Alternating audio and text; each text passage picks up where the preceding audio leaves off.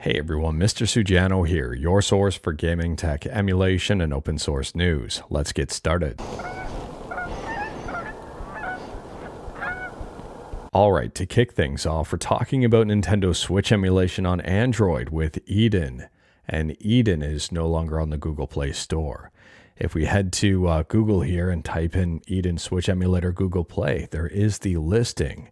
But when you click on the listing, it's not showing up. So based on my understanding, Nintendo has hit Eden with a DMCA on the Google Play Store, and that's why it's been taken down. However, Eden is not dead.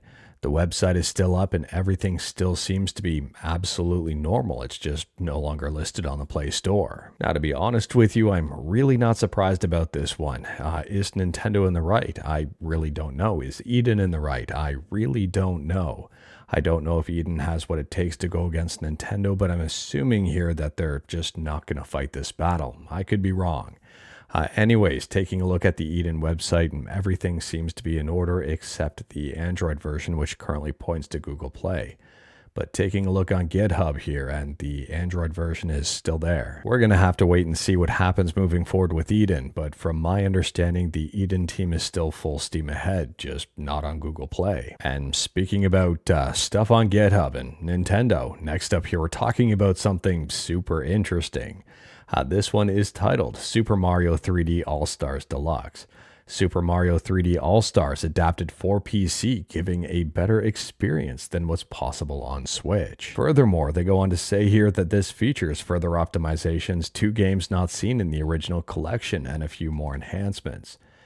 For the games list here, they say Super Mario Galaxy, Super Mario Galaxy 2, Super Mario Sunshine, your preferred version of Super Mario 64 PC port, and Super Mario 3D Land. It's also boasting a full pre-configured feature list, so they say HD texture packs for all games, 60 FPS for Sunshine, classic controller support for both galaxies, pre-configured optimal video settings, pre-configured controls, a custom launcher that detects which game you have installed, and super easy setup, just drag and drop your ROMs. Furthermore, there's also a YouTube video up showcasing this in action, and if you're interested and wanted to learn more about it, like everything we talk about, links will be within the GitHub link in the bottom of the description below. I don't hide my sources. And speaking about stuff on YouTube and interesting stuff, next up we're talking about a brand new emulation front end. And this one is called, I might mispronounce it, I think it's pronounced Subscribe to Mr. Sujano, or iiSU, or possibly something else. I really don't know here. Anyways, here, this is a brand new front end that looks pretty clean. I mean, I don't know here. Let me know your thoughts about this one in the comments below, but taking a look at everything here, and this seems to be a very straightforward, easy on the eyes, minimalistic but not minimalistic front end. It's really hard to describe this one, but I for one like the looks of it. Now, I don't know if this has fully released just yet. They've announced the project, and I'm assuming we're going to know more about it as time goes on here, and they do have a Discord if you wanted to learn even more about it. But honestly here, let me know your thoughts about this one in the comments below. I for one really like the art style. And speaking about really liking things, next up we're talking about Windows emulation on Android with not WinNow but Winlator. And Winlator just introduced a brand new beta and one amazing feature. Now, I must clarify here, by one amazing feature I mean multiple amazing features. This is a pretty big update, and this is only a beta, so at the time of filming, Winlator 11.0 beta is the latest version. And since it is a beta and a pre-release, maybe expect some bugs and issues with it. So anyways, with this update, they've added Wine 10.10. They've added support for multiple controllers. They've added support for controller vibration. I would say that's huge. And this is my favorite feature here. They've added light and dark app themes. And furthermore here, because that's not all, they've improved the UI. They've improved direct input and X input compatibility. They've improved Steam compatibility. They've improved Vortex. They've added new desktop wallpapers. There's some fixes here and even more. And speaking about Steam, next up here, we're talking about, well, this is really interesting. I'm saying that a lot today. Anyways, meet the first person to own over 40,000 paid Steam games. And this is a brand new article over on Ars Technica. Now, what's even crazier here is they don't own a whole lot more than the second place person on Steam. So right now, Sonic owns 40,082 games. In second place, there's Ian Brandon Anderson with 39,554 games. These people own a ton of games. Are they just playing them or collecting them? Like, this is really interesting to me. On top of that, they're not DRM free, so I don't exactly know what's going on here. Now, I'm not going to lie here. I am really curious to know how much money they've spent over the, I'm assuming, years amassing this collection of games, or rather digital licenses. I don't know if this is something to be proud of or not. I don't know. Let me know your thoughts about this one.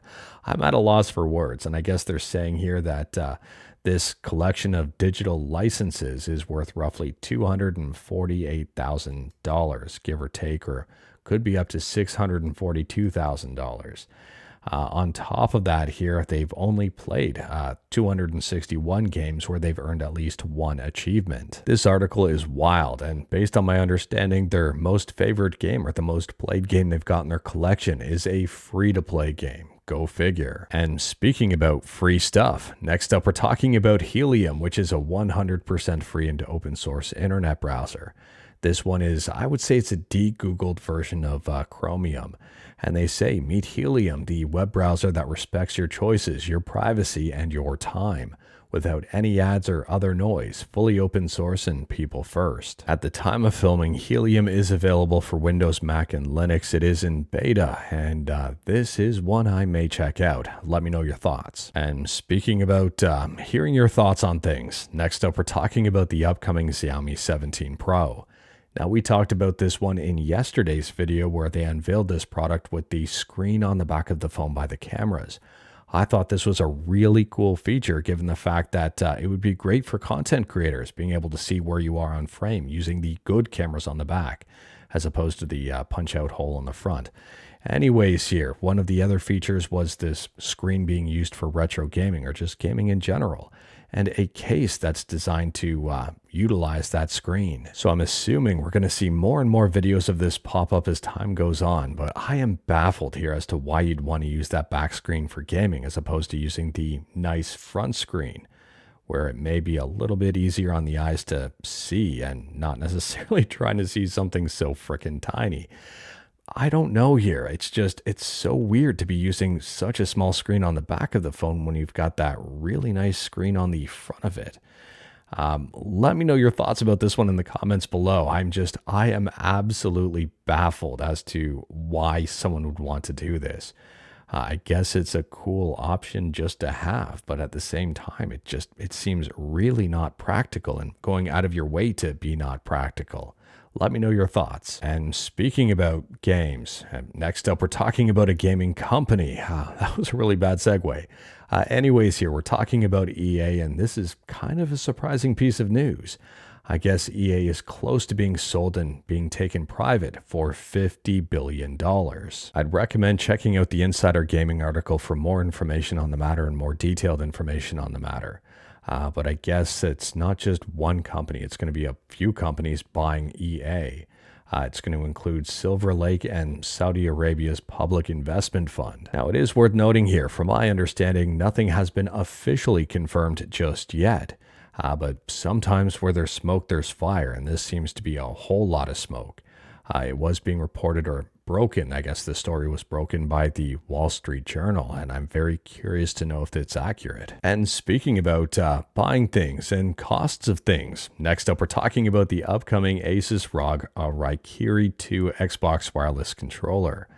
It's being reported that this one is going to be selling for $190. This thing is not going to be cheap. Cheaper than $50 billion though. Now, I don't know about you, but $190 seems pretty steep just based on the specs so far. We'll have to wait and see what these things are like in real life and if they're really, really good controllers. Because right now, for a whole lot less, I mean, the 8-bit DOE series, even the Ultimate series seems like a very competitive buy. And even something very cheap like this GameSir controller, which I will be reviewing soon, and thanks to TechTweet for this thing, also seems like a very good buy in comparison. Could be wrong with that. Maybe that's a hot take. Now, don't get me wrong. I'm not trashing this controller at all. I'm just thinking if the price holds true at $190, which hasn't been officially confirmed yet, this controller has a whole lot to live up to, at least for me and my expectations based on the price point. And speaking about arguably hefty pricing, next up we're talking about the upcoming Asus ROG Xbox Ally and Xbox Ally X. Anyways, we talked about these in the previous video, in yesterday's video, where pricing was unveiled and pre-orders opened up. The Xbox ROG Ally is priced at $599.99, so basically like $600. And the Ally X is priced at $1,000 or $999.99 if we wanted to be specific. Anyways here, I guess price is not a factor for a lot of people. I would say $1,000 is very expensive. But pre-orders are sold out. Now, unfortunately, I don't know how many of these were available for pre-order. I don't know the quantities of the Ally X and Ally that were available. But I'm assuming it's probably not going to be a small number here, and I'm kind of surprised to see that the Ally X sold out so quickly. If you're not surprised, let me know in the comments below here, but based on the price point, I didn't expect it to sell out in a day. And continuing to talk about Xbox and Xbox consoles, just not made by Asus. Anyways, here we're talking about actual Xbox, the Series S and Series X.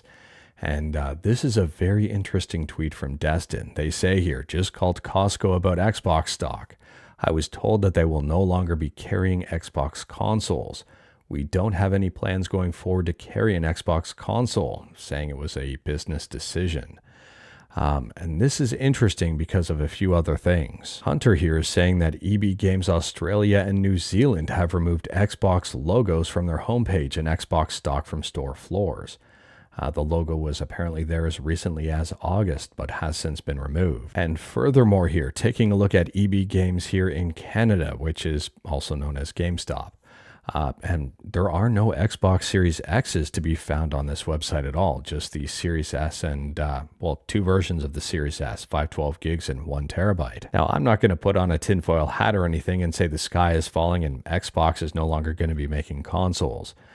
But it does seem very interesting that they seem to be at least scaling back a little bit, or maybe more scarce in terms of overall vendors, depending on where you are in the world. Could be wrong with that one. Maybe they're prioritizing going to markets where they sell more. I really don't know. This could be something. It could be absolutely nothing. And speaking about scaling back on things, next up we're talking about Battlefield 6. And if you're looking forward to Battlefield 6 and the single-player campaign aspect of it, you may be disappointed. Here is the headline over on Gaming Leaks and Rumors. Battlefield 6 campaign will be very disappointing. Now, based on a lot of reports I've seen about Battlefield 6, and it seems the multiplayer experience is a whole heck of a lot of fun. But the single-player experience, the campaign mode, it's being reported as suffering from a clear lack of polish, and even more seriously, a lack of fun. Now, I could be wrong here, but I'm assuming that they're focusing on the multiplayer aspect first and then focus on the single-player stuff later. Who knows, maybe they'll release it with the full multiplayer experience ready to go, and the single-player experience kind of just added in and improved as time goes on. Who knows? I'm just hoping they don't forget about the single-player experience altogether, but let me know your thoughts. And speaking about forgetting about stuff, next up here we're talking about Windows 10, which I would argue is soon to be forgotten about from Microsoft, or they wish it was soon forgotten about. Anyways, here it's being reported that Windows 10 extended support is now free in Europe.